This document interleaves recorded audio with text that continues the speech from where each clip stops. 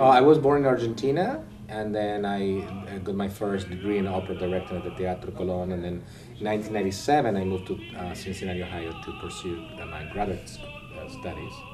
And then after I finished my master's there, I became involved with the San Francisco Opera. And I did the Merla Opera program. In fact, that's how I met Jason Hardy or Don Alfonso. He and I met there.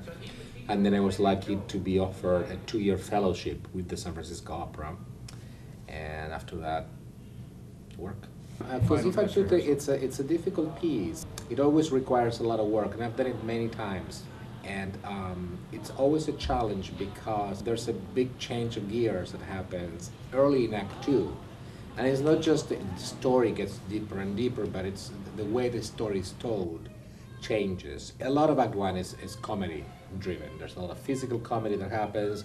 There's commedia dell'arte roots. That's why we have, the character of Despina disguised as a doctor coming at the end and things like that. It's very funny comedy-driven situations, like the guys pretending to poison themselves or dressed up as Albanians. And then when we come back from the intermission in Act 2, the game changes.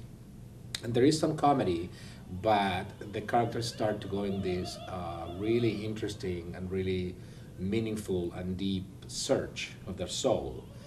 And the style changes. It becomes a lot more introspective, or they ponder a lot about the situations they're going through, and they make some life-changing decisions. So it's always a lot of work to maneuver through these different ways of telling the story, and things that work in Act 1 and things that are necessary in Act 1 don't work or are not necessary in Act 2 in terms of how to portray these characters.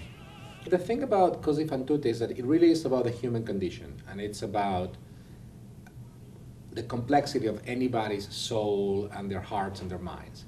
And these characters start out as pretty, I want to say superficial, but their view of life and their understanding of love and relationships is quite unidimensional. And it's also an idealized version of the guys idealize the girls and vice versa. And what Don Alfonso sets up to do in this experiment that he puts them through, and that the guys agreed to go on, is that it's a learning curve of accepting that there's a lot more to relationships than just the surface. And for example, a major point in the plot is Fiordilici learning that all those long and strong held values that she had are true, but at the same time, there's a much deeper struggle inside. Those themes are universal. They're very much part of the time when Mozart wrote the opera and the age of the Enlightenment and what it means for reason to triumph over natural impulses. But regardless of historical references and cultural and aesthetic references from the period, the basics of it happens everywhere. It happens to all of us all the time. The reason why I decided to set it in the 1940s is because for me it was important that there was a base of honesty, and that the girls do believe that the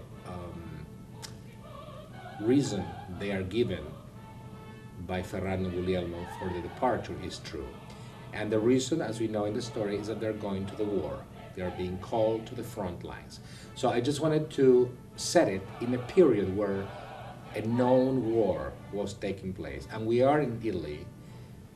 The piece is very much about Naples and about the seaside place. So I just went sort of the easy route of setting this around the Second World War in Italy. There always seems to be a question with Cosi fan tutte about how do the couples end up. And we directors get asked that question all the time. Is that, do they go back to the original couples or do they switch to the new ones? Well, first of all, there's nothing in the story that says that they should go either way. There's nothing in the text that says that. There's nothing in the stage directions. What is in the text is that Alfonso says, now you all know what happened, embrace each other, and he says, have fun, in sort of his kind of tongue-in-cheek way. To that, the girls ask for forgiveness, They address the guys and say, please forgive me. And the guys reply, I believe you. I believe you're sorry, but I wouldn't want it. I wouldn't put it to the test. That's all that is said. And then after that, there's a big moral ensemble sang in which the gist of it is, and they all sing this, but the gist is, lucky is a person that takes everything with a grain of salt, and that lets reason sort of guide their life. So what I feel strongly about is that in 2011, either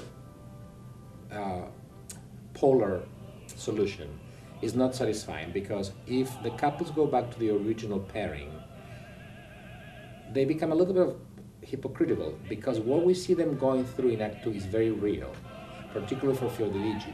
Her journey and her struggle is not a light-hearted one, and she taps into some really deep truth about herself and, you know, the human condition. So for her to just say, oh well, none of that, to just sort of gloss over that and not address it, it's not satisfying to me. And also going with the new couples, it's equally dissatisfying to me, and I don't think it addresses really the lesson there, because it would be just a simplistic solution. So my hope is that and I've staged it that way, in which the characters do say, lucky is the person that takes everything with a grain of salt and that applies reason to everything that happens, but that part of that is that they realize that the work has just begun. Hopefully the audience will realize that what the characters are going through is a major crisis in their lives, which hopefully, like they say in the final ensemble, if they learn the lesson from the events in the opera, then they will come out stronger and wiser.